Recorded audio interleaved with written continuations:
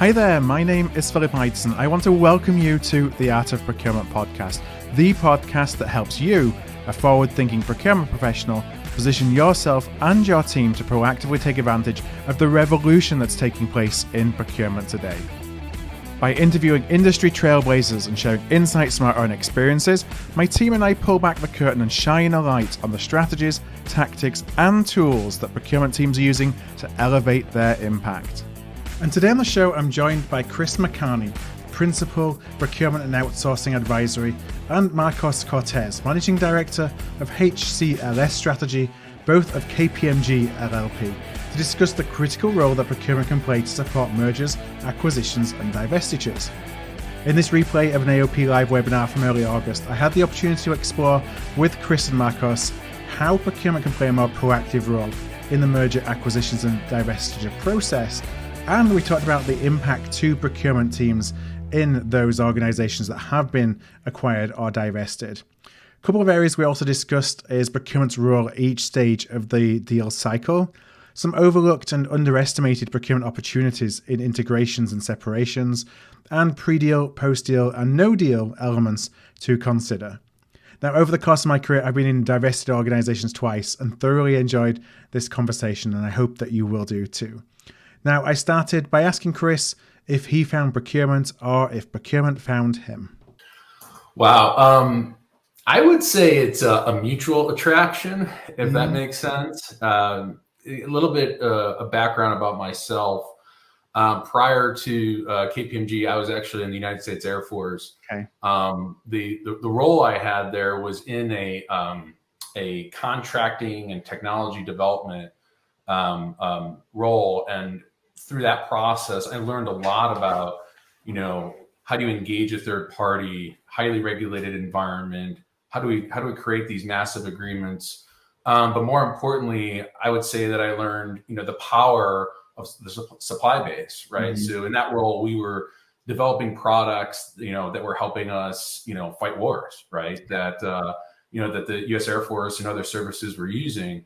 And through that process, I saw the power of the supply base. And then when I came to KPMG and I made the transition to consulting, I would say I always found myself working with the input end of organizations, and more, whether you call it supply chain or purchasing, helping our clients either evolve the procurement function, work closer with their suppliers, and in a variety of fashions. And so again, I would say it's a mutual attraction into where today, one of my roles in the consulting business is to oversee that strategic procurement capability set for the firm. And as I said, I consider myself a procurement as my major and M&A as my minor. Which is a good setup, I think, for the conversation that we're going to have today about procurement's role in M&A. And before we go that much further, Marcos, I'm going to bring you into the conversation too. And your background isn't necessarily procurement. So I wonder if you could, how do you best describe your role to a procurement audience? Yeah, just to give a little introduction about myself. As you said, I'm a managing director within our M&A transaction execution center of excellence. And I've been working as a consultant since 1992. I started as a technology consultant, and I migrated to M&A in about 12 years ago, spanning several industries from life science to technology and energy companies. At KPMG, I'm dedicated to support global clients and supporting the inorganic growth strategies, managing primarily initiatives in mergers, acquisitions, carve-out, due diligence, throughout, let's say, post-close activities, right? And really focus on advising clients, establishing, their project infrastructure, kind of help them with their, either separation, integration strategy, planning for day one, implementing transition services agreements, and really leading more tactically than pre and post merger activities. Okay. Prior to KPMG, I worked at Siemens in the M&A Corp Dev team, where I was responsible to manage a portfolio of integration and separation management activities. Well, I'm looking forward to kind of digging into the role that procurement can play as well, and what you see kind of as a little bit of an outsider to procurement. I'm sure there are things that you've seen where we can really up our game to make sure that we have as big an impact as we possibly can for our organizations within mergers, divestments, and acquisitions. Now, to kick things off, we actually just ran a little bit of a LinkedIn poll leading up to today's webinar, where we asked our community, what is your experience with mergers, divestitures, and acquisitions? We wanted to get a little bit of a pulse check on the audience. So if we could just bring up the slide here with the results. So what is your experience with mergers, divestitures, and acquisitions? And so the results that we had about 100 responses. 65% said that they'd been there and done that. 15% said, yes, my organization did, but procurement wasn't involved. 15% said they had no experience with any, and 5% are going through a merger or acquisition right now. And so, Chris, I want to ask, is that consistent with what you see? It is. I think when I worked on my first separation, the client I was working with at the time, it was a very foreign concept. This hey, what am I doing inside of a deal? And this one again happened to be a separation when the client was selling two major assets, two major pieces of their business, and it was a very foreign concept to the procurement and supply chain organization. I think today, we see a lot more experience in this space. But it's usually one event or two events, right? So for us procurement professionals to having to go through this one or two times in your career is normal. But for someone like Marcos or somebody who's in a corporate development team, that you're doing this constantly. So a lot of people are exposed to it, see a lot of experience with it. But I think the real question is kind of the depth of experience and involvement. Right. It was interesting from this and this kind of goes with my experience as well, that at some point in time during a procurement leader's career, they're going to go through a merger, acquisition, or divestiture. Only 15% say that they haven't done so far. I can speak from my experience as we go into the conversation. I've been through two, both divestitures of divisions within larger organizations, where I went with the divested organization. And so you're really starting kind of a procurement function from scratch, as you land within the new organization that is spun out of a larger one. So I think for anyone who is in procurement that hasn't been through one of these, you likely will be going through one at some point. I have one of the interesting things is you see that second top result, and I'm going to come to you, Marcos, on this. Yes, but procurement wasn't involved is 15% of responses. And is that why is it that procurement sometimes doesn't get involved in the M&A process? Yeah, but primarily because mainly the deal team focus on getting the transaction done. And in many times, operational topics could be a distraction if not managed appropriately.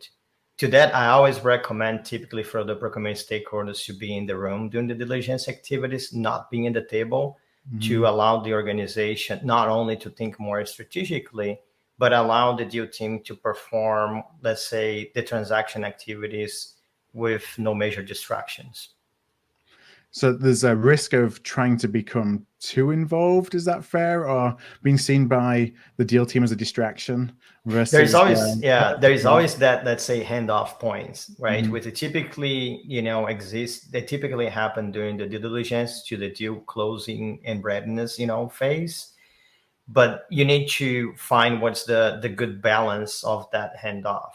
Let's say more mature organizations, more deal-making mature organizations done this and have like the muscle memory to do this very seamless. And organizations that either may not have a corp dev team that is very mature and very dedicated process that is widely known within the organization have a tendency to avoid, involvement of operational related stakeholders to really not to distract the deal making activities. Right. So, yeah, I'd offer that the maturity level, really there's a really large spectrum here. We have some clients, they may be listening in or watching today. I can think of one. Got to be careful, right? I can think of one large client of ours that has a dedicated acquisitions and divestiture team. And they really, not just for procurement, but for all functions, they have dedicated professionals ready to go because they're so involved in acquisitions and divestments, right? They're constantly buying, selling, spinning, whatnot. And in that case, they have dedicated teams. In many cases, as you said, if you haven't gone through one, you will go through one. And, where we spend a lot of our time is helping our clients prepare, right? Because this is the first time they're going through it. So it's a pretty wide range, but I'd offer that it's a little bit of the plight of the procurement professional, like as always, like we're always trying to demonstrate our value. Yeah. And so I think that's a lot of why procurement isn't involved. It's just kind of this constant quest to demonstrate our value to the organization, whether that's, candidly inside of a deal cycle or outside of one. Yeah.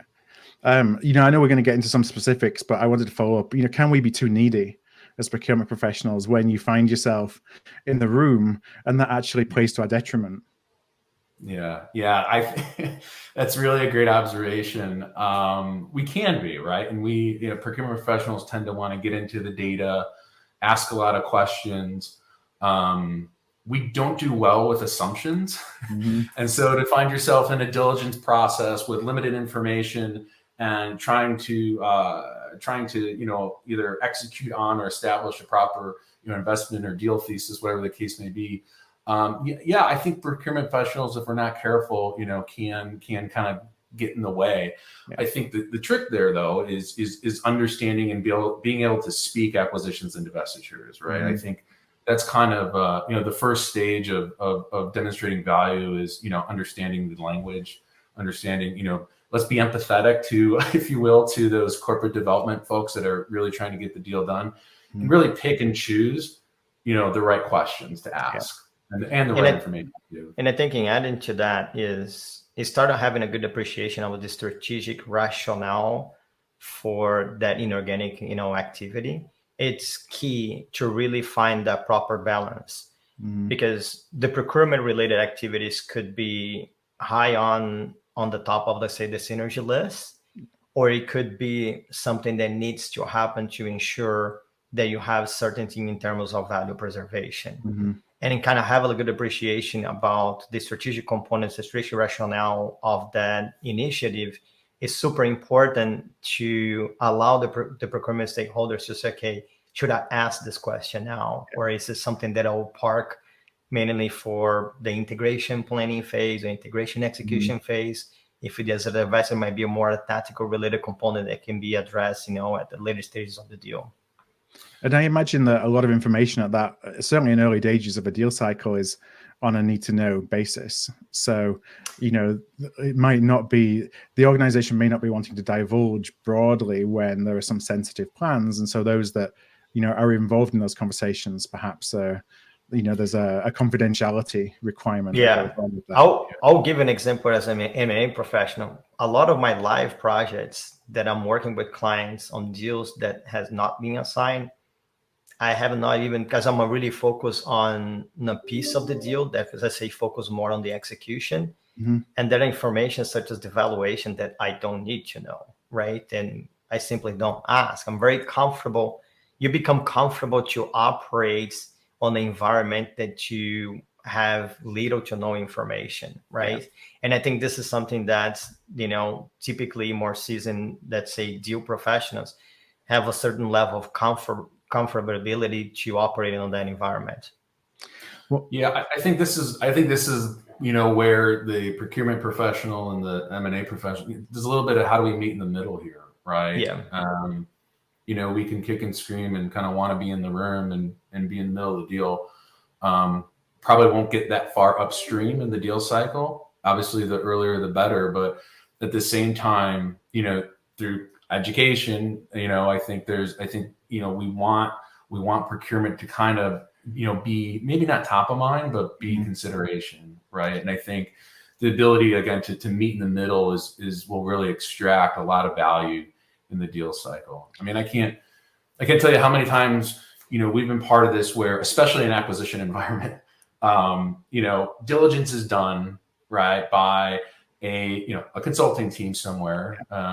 They get to signing, they do the deal and they're getting to closing and they've got all these synergy targets, and it's way too late in the process that the chief procurement officer, heads of supply chain, gets handed a synergy target and it's a significant portion of the overall deal value.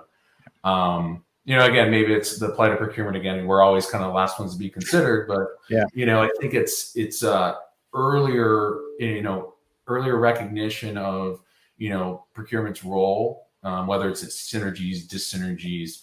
But to Marcos's point, I think sometimes there are real items in a purchase sale agreement that tie to procurement activities in order to close the deal that we find out too late about. But, the earlier we can get that information, I think the better prepared we're going to be, for day one and beyond. So I'm already seeing some questions coming in. I actually want to go a little bit deeper into the role of procurement within the deal cycle in a moment, which is actually a great segue, Marcos. If you could share a little bit for us that aren't necessarily involved in M&A every single day of the week, what does a deal cycle look like? What's kind of the process of an M&A deal? Yeah, that is a great question. And it always starts with, say, the M&A strategy, right? Which is basically, it's part of the phase where, the deal team is really looking for assets. It's kind of M&A strategy and target screening, which is basically they're looking for assets, and they're basically, the focus is really to identify assets that will, basically fulfill the strategic rationale of the growth strategy of that organization. Really, the second step is the due diligence, in which on an acquisition, if we focus on acquisition, the main aspect is to validate the historical financial performance and confirm the strategic rationale. Essentially, this is the step that validates the target attractiveness for, let's say, in this case, the acquisition in question. Kind of the third step that's really we get closer to, like, the handoff point is the deal readiness and close. And now kind of between the second step that I just mentioned, the due diligence, and this one is where the handoff occurs. And it's where the deal team is kind of turning the operational components of the execution to the business. And there are three main points that typically we see that risk areas of concerns. Number one, resources fail to recognize and understand the key value of the opportunities, let's say in form of synergies. Two, integration resources are not involved early enough, which makes it challenging for the procurement teams to prepare, let's say, the execution piece or prepare a strategy for execution. And three is an effectiveness on knowledge transfer, because in many times the deal team already, get that deal done. They're really focused on the next one, and they just want to pass the baton as quickly as possible. And they have a tendency to rush and pass the information and kind of turn over this to the business-oriented stakeholders. So as we look about that deal cycle, and Chris, maybe I'll pose this follow-up to you. What should we as procurement professionals aspire? Like, where should we aspire to be involved? Should we be, because when Marcos goes through that, I'm thinking, you know what? If we're really, 10xing the impact of our procurement organization, we're involved in deal strategy, because we're seeing all supply markets and opportunities perhaps for integration by looking at and bringing targets to the table. But is that an unrealistic goal? Should we kind of lower our sights for how and when is the right time for procurement to get involved? No, don't lower your sight. I think we've got to push as hard as we can. As we draw this, as we lay the deal cycle out on the page, right? I always say we got to get to the left-hand side of that page, right? We're always on the right-hand side, it seems like, and I think our ability to swim upstream in that deal cycle, and I wouldn't say influence it, but be a consideration starting at that kind of strategy level and into diligence. The more we can be considered, the more procurement can be thought about. I truly believe, there's greater value in that deal, right? Ability to execute. It only takes a few kind of questions to ask in diligence to ultimately have downstream impacts. And if I may add to that, is when I mean, like, say, the procurement team needs to be in the room, I mean, I'm going to throw something out there. It's like, it's not necessarily physically in the room, and also not using like some form of, I was thinking even about the metaverse and anything like that.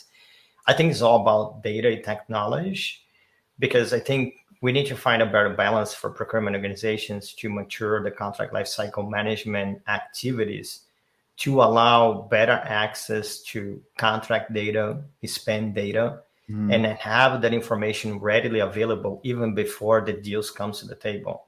Because I think, to me, more mature organizations from the contract lifecycle management perspective have the ability to have that information readily available for deal teams to really do a proper diligence. And to me, if you want to really to be on that further, left of the page, as Chris alluded to, which I love it, is not necessarily has to be physically, but the procurement needs to be represented. And I think the best way of doing this is with data and technology. Mm-hmm. Yeah, I think that's spot on, Marcos. I mean, our clients that even without a deal are digitally enabled across their procurement function are so much more effective in acquisitions and divestitures. I do think that for organizations that are considering some sort of digital transformation of their procurement function, and they're acquisitive or they're active in M&A, assets spinning off, being acquired. I just think that is such an important part of any business cases. If you're considering doing a deal, there's a ton of value in digitally enabling and digitally transforming your procurement function. Yeah, because we've seen that, let's say, M&A professionals have a tendency to be, they know how to understand data. And the main thing, if you, let's pick an example, let's say the synergy aspect. And cost synergy is always an important component in any transaction. Buy side and sell side, there's always a thing, behind on costs. On the sell side, you more focus on preserving value. And on the buy side, it's really, capture and improving value. But the main point is having that level of maturity on your digital strategy within the procurement organization. It will allow you to be in the room more effectively, because you fight with the organization. I think it's very difficult to counter arguments, confidentiality provisions, the concerns that the C-level executives have in terms of having a small group of stakeholders managing the deal on early phases. And I think the best way to augment these on influence organizations is with that technology. Mm-hmm. Yeah. I mean, Marcos, I remember we worked on a deal with a large life sciences organization, basically split the company in half and did a spinoff. And I remember separations also, by the way, I find to be much more complicated for procurement than integrations. Yeah. So we were sending half of the enterprise, to go spin off and rebrand themselves. And we were shipping contracts to our offshore team to do the analysis, to do pull out the terms, what contracts could we assign, what could we not. And that was a manual process that we were cranking through spreadsheets to, recent deals where, our client's ability to run a report and have all that contract information or have all that metadata readily available. What that does from a synergy or dyssynergy analysis perspective, what that allows you to profile from a risk perspective, it's really powerful stuff. And again, our clients didn't wait till the deal was happening to put that capability in place, right? That has to happen, well in advance of the deal happening. Now, Chris, make me feel like a dinosaur, because now I see a lot of our consultants, they're using those AI technologies. It's like video game. It works like magic, right?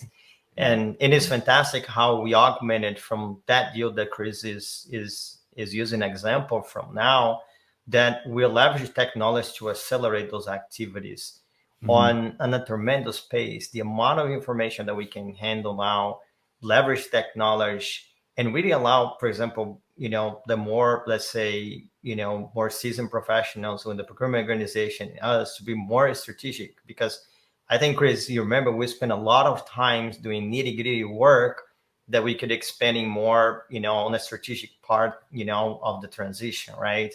And I think technology, probably post-pandemic environment, and technology that accelerated to points that allow us to be more strategic. But I think we need to use more, not less of technology. And I agree with you. It does require capital investments, but I think especially on this economic cycle where, the supply chain disruption is going from from buyers to sellers, I think this is well money spent, to get access to the data that you have at your disposal. Yeah, I think that's a great point. If you look at in today's world and what we're seeing with what I would call kind of supply risk as well as supplier risk, this notion in most deal environments, there's this notion of kind of, transitioning, safe, compliant, ongoing operations, right? Yep. That transition, whether it's inbound or outbound, and taking the supply base through that is more critical today than it ever has been before. And it's everything from how do you identify and act on certain agreements with certain suppliers, but it's kind of holding suppliers' hands through the process, as well as internal stakeholders, right? Where's my supplier? Where's my stuff?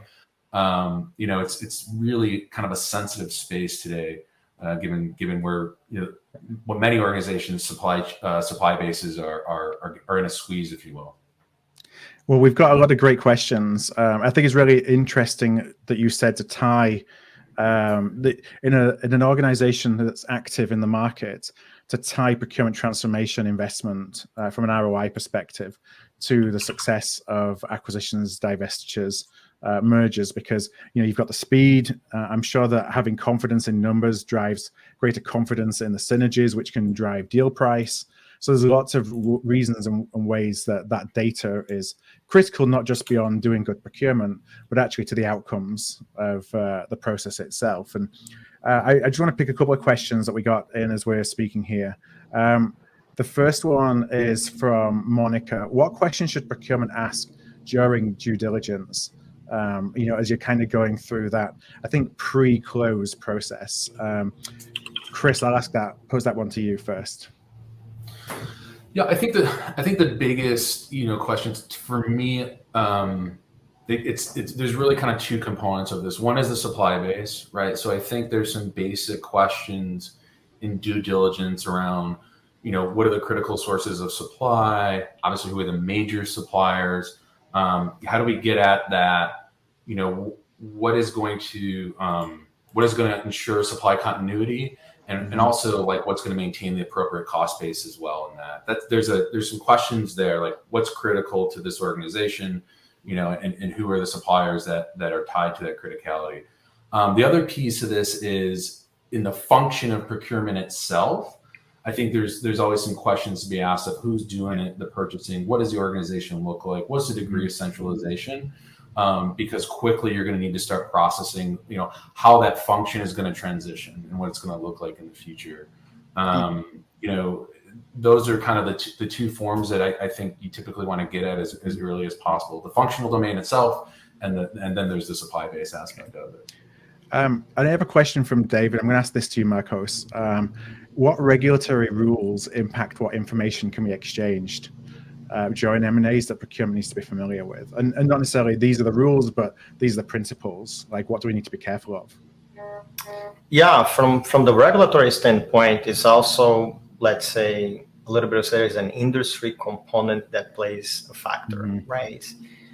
But on a nutshell, let's say one of the regulatory aspects that will come to fruition in any deal is the antitrust aspect, and is how much information you can share pre-close, right?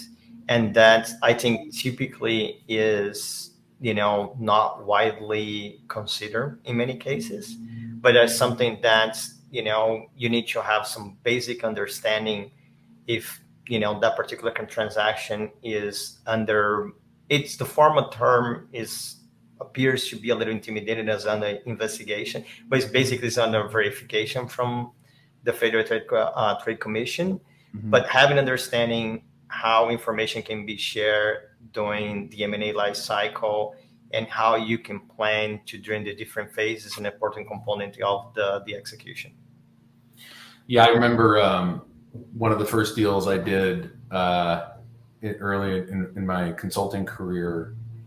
It was an oil and gas deal. They were selling two very large refineries as well as some other assets. And they got the whole transaction team together and they took us through gun jumping training. Like you can't jump the gun, Yeah. right? And so there's all these HSR, there's all these regulations out there, where there's only so much information you can exchange with each party, and typically the amount of exchange increases as you get closer to close, right? Mm-hmm. So early days, one side doesn't want to share everything with the other side. People are putting ring fences. But as you get closer to the deal, the information exchange really, starts to flow. Yeah. You may use, like, say, a clean team to evaluate the, say, such information to allow you to have access to strategic information to finalize the M&A, the strategic planning.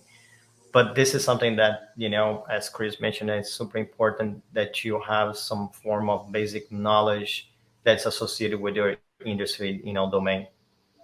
Yeah. We have a couple of questions kind of on the same theme, and it's around about objections for procurement's involvement in the M&A process. And so one that we got actually in advance was from Mark. Mark says our M&A team uses the excuse of secrecy with regards to leaving procurement out of the activities. What has been the most successful argument against the claim that secrecy cannot be maintained? Chris, you look like you've had some experience of that in the past.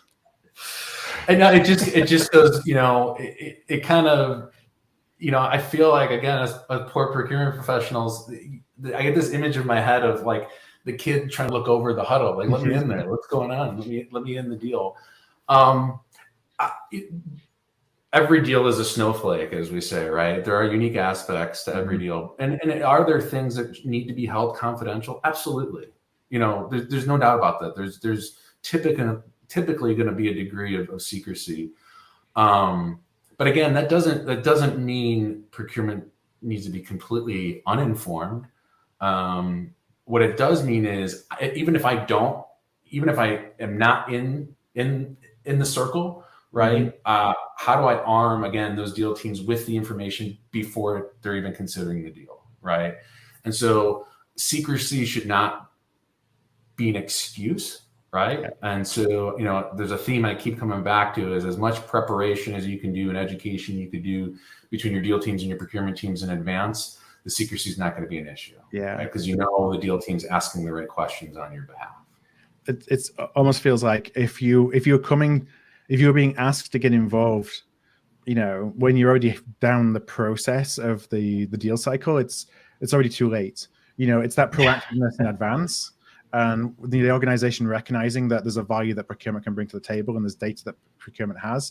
If you haven't done all that, the upfront work that's not necessarily related to a merger or an acquisition, that perception leads to how involved you get and perhaps where the excuses and the objections come from as the process gets more serious. Right. I mean, we learn, and I think in many of the transactions that I participated is procurement, becomes an afterthought, by the deal team. And I'm going to go back that if you can counter that, say, political, say, dynamic within your organization, focus in creating a level of maturity within the procurement organization by, have data available for the deal team, because you're going to influence the deal in a more positive aspect, because the deal team will have access to key information that historically they may not have access. They had to make up, a bunch of assumptions. And if they have access to that information, necessarily they're going to have questions, and then you're going to invite procurement stakeholders to be in the room. Yeah. That means really you have to influence and be comfortable in have a level of maturity that your organization is present, but perhaps not physically initially, but you have a good representation because I'm going to continue to use the example of contract lifecycle management, activities is well established, operating on top quartile, that, the DTM has pure access to contract level data, spend level data that they can properly forecast, for example, synergies. I think, sometimes, this isn't a question of, being involved for the sake of being involved, right? Yeah. This is not, let's kind of check our egos, right? Some people just, it's not about being left out. It is about, once you do learn about it, looking at the expectations and go, wait, who did this, right? Who did this diligence? Where did they come up with that number? Wait, I have to be able to transition how many agreements in what period of time? Yeah. And I think as a procurement professional, being engaged and being notified of a transaction and the terms of it and whatnot, and knowing that the deal team actually asks these questions on your behalf is just that's getting off on the right foot, right? As opposed to, oh, we didn't ask any of these questions, we better go ask. That's now you're on the back foot, as they say. And right? we put a placeholder in the synergies, and now you're on the hook. I've been through that process before. A number is then given to the street for you to deliver on, and that number may not lay much bearing on reality, but because you weren't involved in that process, it sticks, and then that's for procurement then to deliver on. Yeah, we had a transaction where we were supporting the procurement and supply chain organization, and there were terms in the purchase sale agreement that had to be met, and certain schedules had to be populated at the time of closing. So they came to us extremely late in the process. We didn't have knowledge of this requirement, but we had to report all the open purchase orders over a certain materiality.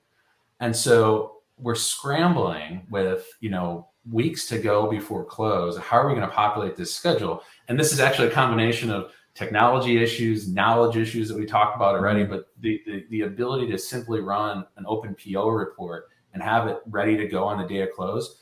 And we wound up kind of doing that exercise, that dress rehearsal for weeks in order to make sure we had that process done right. If we had known about that requirement, when we first started the process, it would have been much easier. Instead, you find yourself scrambling, working through disparate systems, trying to understand the requirement in detail, right? And that's at the final hour.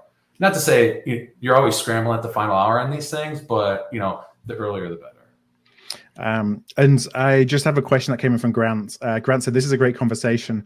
Will it be rebroadcast so we can watch and listen again?" I just want to let you know, Grant, that this will be available to watch on demand afterwards if you'd like to, share with any colleagues to get more folks to watch it. So yes, Grant is the answer to that question. Now there's a bunch of questions still on objections, and I know that I don't want to spend the entire webinar on objections as much as I could, and the answers would be really interesting.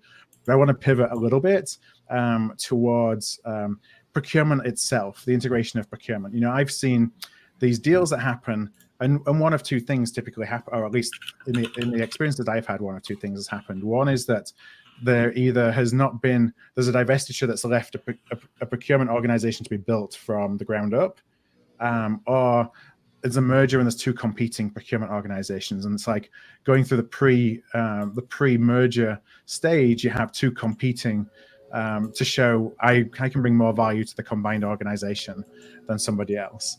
One of the questions that we had was from Craig, and so I'll ask this to you, Chris. What are your views on the downstream integration processes with existing process and tech infrastructure? So once you're looking at a deal closed, how do you start bringing everything together?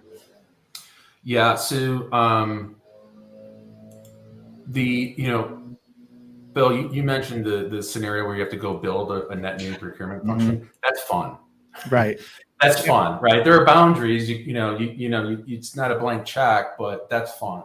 You have to go and beg all your suppliers to give you the same deal that you gave them. That they gave you. Yeah, when you have a big in a different scenario nowadays, right? The integration process, though, to answer Craig's question, the integration process, like every corporate function, like every what I would call back office function, it can be a challenge, right? And this is where you see kind of the classic culture clash. The question over, are there synergies in people, right? That these are headcount synergies, are real synergies that get looked after in these environments. You got competing systems, you got highly centralized versus decentralized, and so we are at the same time, you don't have a blank checkbook. So the question becomes very often is, if there's not a dominant buyer, if there's not a dominant kind of player that says, hey, we're gonna integrate you. You're coming our way. Yeah. You do find yourself oftentimes from a process and technology and infrastructure perspective, picking off what you want to keep and what you want to go. That's hard, right? There's kind of no easy way around it. But what I'd offer is that whether it's the enterprise at large or procurement in itself, it's a massive opportunity to upgrade capability. That's where, again, it's not easy, but to take a deal environment and say, hey, I can take the best of what I'm getting. I can shed poor process. I can refresh my tech stack, right? I think that's critical. That's a huge opportunity for the function, because I think most of us procurement professionals on the line know you don't get an opportunity very often to invest in your capabilities, to refresh your tech stack, to redo process. But what also is very difficult, and that's in these deals, is the knowledge transfer. Category teams, spend careers dialing in a category strategy, working with their supply base. And so in a lot of these integrations or separations for that matter, that knowledge transfer is a really critical component to making integration successful. Yeah, and adding to that, it's always gets back to the point to say how early procurement teams are involved in the deal. If you're not involved early enough, then you can influence the investment on those initiatives. It becomes very difficult, because we see in many deals that there was no thought process to kind of integrate processes in the technology infrastructure. And that becomes part of, let's say, the business improvement, activities, which with very tight budgets, and especially on the North American market, becomes very challenged because it's very competitive. It's all about, let's say, cost efficiency and cost, effectiveness in terms of your profile becomes very effective. That's why it gets back how early procurement teams are involved in the deal, that they can influence those initiatives in a more strategic fashion. So you're, as a procurement leader in this situation, you're needing to also make the case for the investments as part of the integration budget.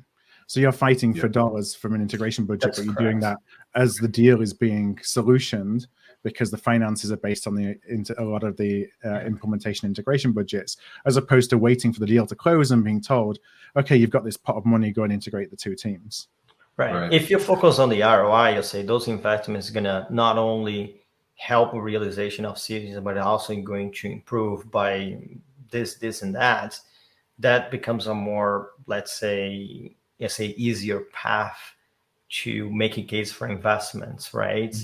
But it comes down to, let's say, the early phases of the diligence, being able to really identify those gaps and ensure that they're properly not only forecasted, but accounted, to ensure that you have the financial resources and the human capital also to execute. And I think that's like the morning exercise. I think there's a lot of capital available, but we are fighting for resources. Technology is being very difficult to get integrated nowadays. Yeah, I think one of the reasons a function's overlooked is because it's so tangible, right? And everybody knows procurement. It's procurement. Everybody knows procurement. But I think how tangible it is. It's one of the corporate functions where you can sit there and go, for every dollar I invest, I should be able to see what I'm getting back out, right? There's a real kind of return on procurement investment. I think one of the classic issues that we see in integration is as you bring in two organizations together, and you've got a synergy target to hit, but you've also got a headcount. You've got what I call third-party spend synergy target to hit, and then you've got a headcount target to hit. The expectation is that you're bringing down the headcount, but yet you need those resources to deliver on the synergy savings. So it becomes this debate that says how many variable resources do I need over what period of time to really go capture the synergies? And so the profile of the organization does start to look different than the other functions that they're expecting synergies out of. And so it becomes a very tricky debate for procurement to say, hey, I have this extra load of work that I need to keep these resources around in order to go execute. So it's not unusual to kind of invest up front, get capture the value that is part of the business case, but then you're always kind of looking at steady state and what steady state is and how that may look different from what you need up front.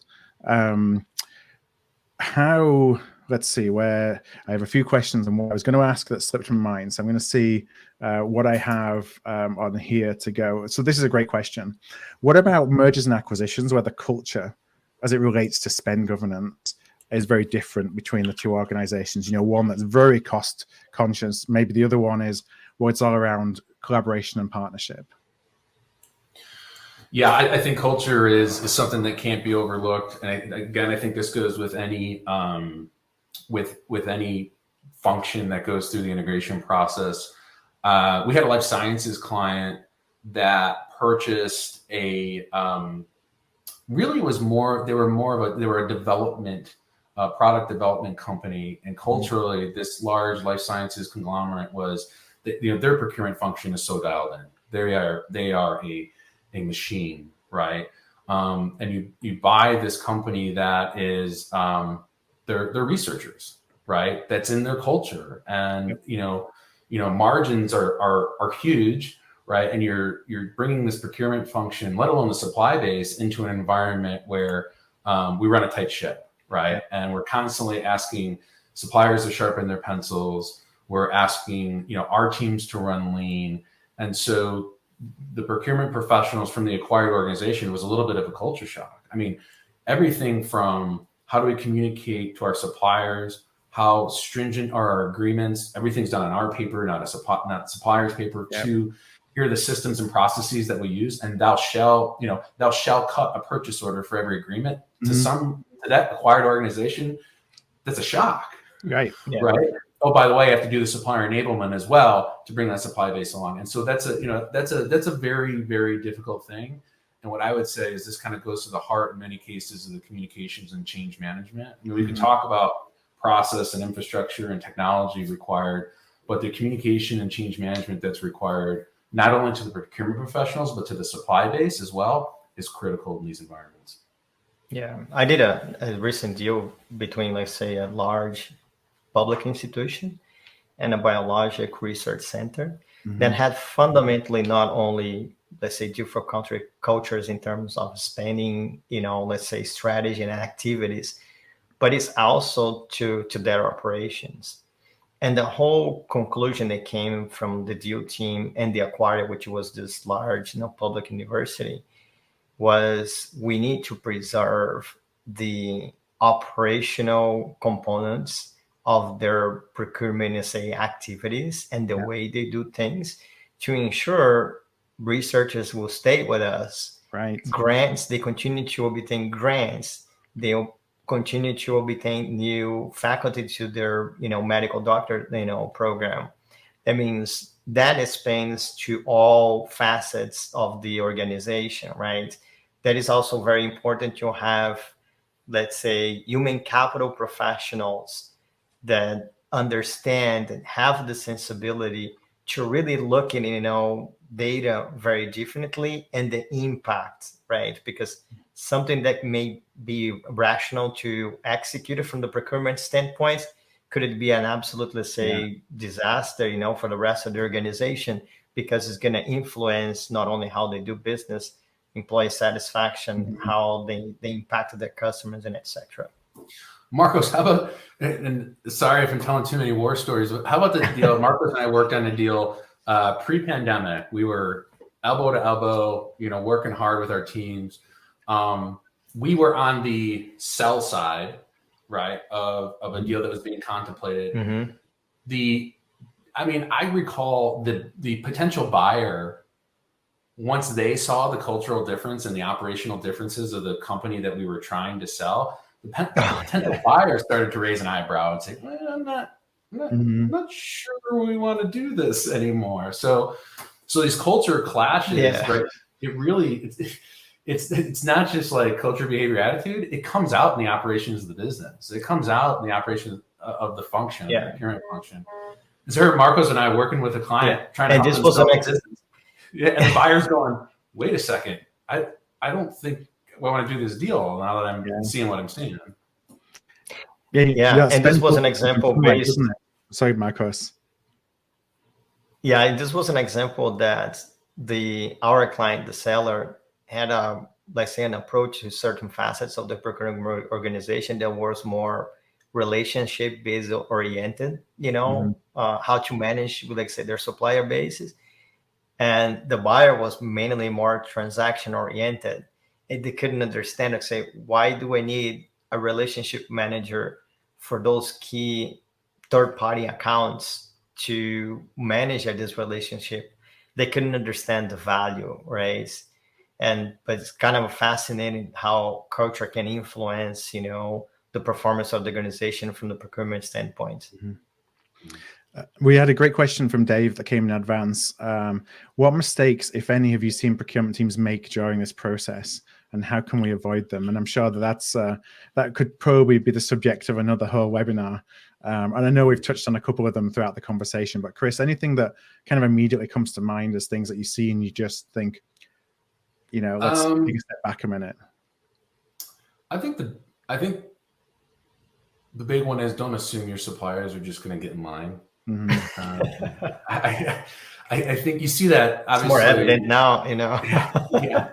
Don't assume when you say jump, they're going to say how high. I think that's a pretty poor assumption. And I think the other thing is, sometimes procurement organizations think they're operating better than they are. Mm-hmm.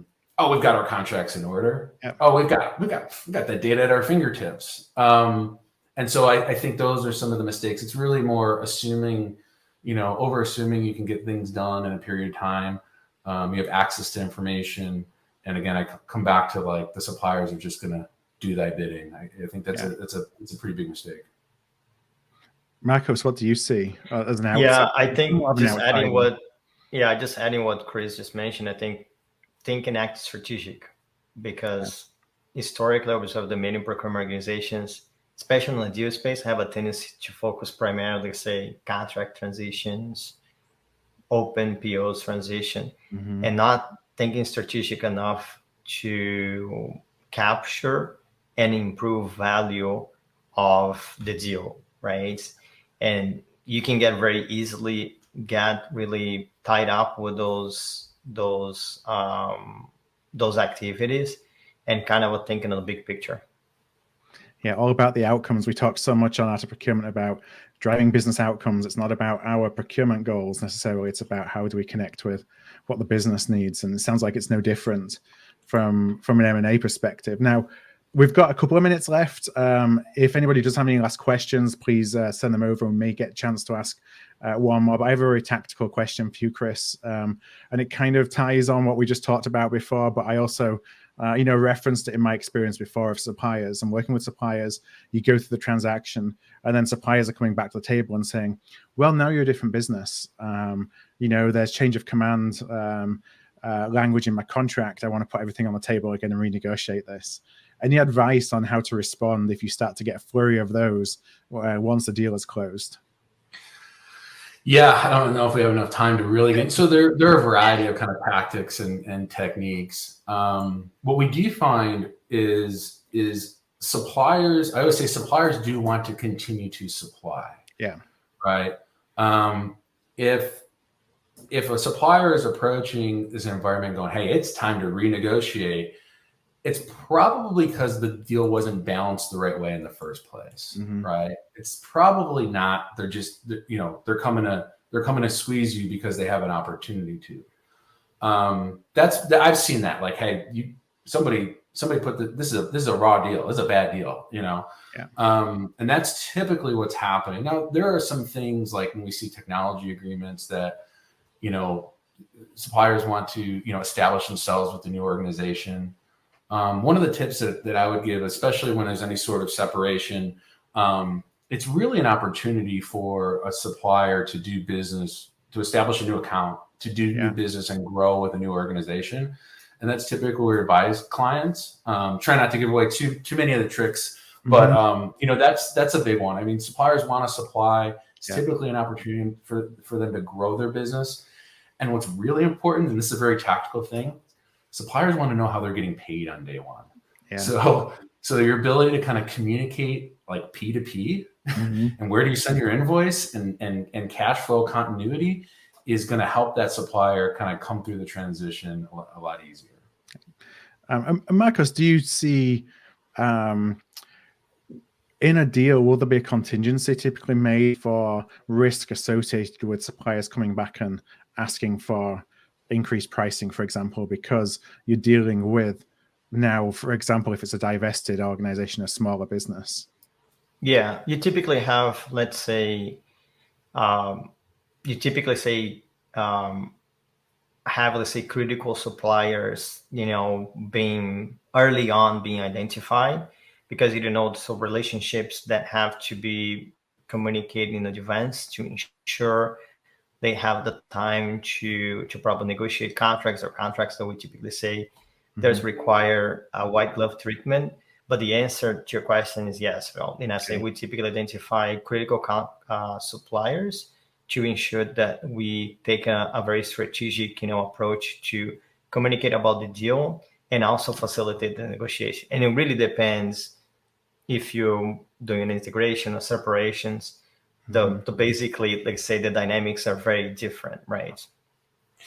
We spend a lot of time, Phil, on it's actually very similar to the way we do supplier enablement for technology deployments. We spend a lot of time tiering the suppliers. So if you think about kind of critical, strategic, and other, that critical tier is going to get some white glove treatment. There's no way around it. And then how you treat those suppliers in the lower tiers will vary and will change.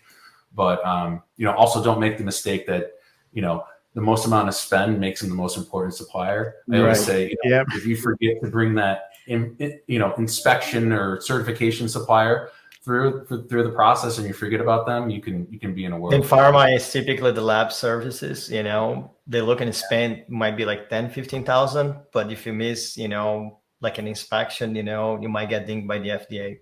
Yeah, or you mess with somebody's lab supplies, and all of a sudden you've got mutiny from all your scientists. Yeah. Well, I know it's about time to wrap up. Marcos, Chris, I want to thank you so much for joining us on AOP Live today. I want to thank everybody in the audience for submitting all the questions.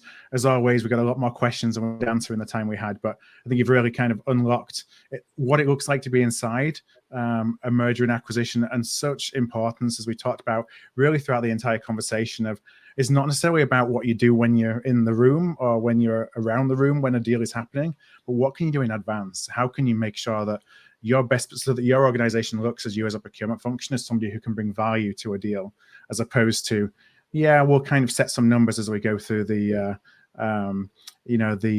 business case and then push it down on procurement when the deal is closed. Yeah. Exactly. So, all right. Well, with that, let's wrap up. Marcos, Chris, one last time, I just want to thank you so much for joining us today. If this episode struck a chord with you, please do send it to somebody. We grow here at Art of Procurement through word of mouth, and that would be really appreciated. You can also support us by giving us a thumbs up, a star rating, or a review wherever you listen to your podcasts. Since 2015, we've built the world's largest free resource for procurement professionals looking to elevate their impact. Our resources span podcasts like this, videos, blog posts, papers, and events. To join us on the inside and to ensure you never miss an episode, a webinar, event, or a post, please do subscribe to our weekly newsletter, This Week in Procurement. You can do that at artofprocurement.com/subscribe. That's artofprocurement.com/subscribe. Thank you for joining us today, and I look forward to seeing you again soon.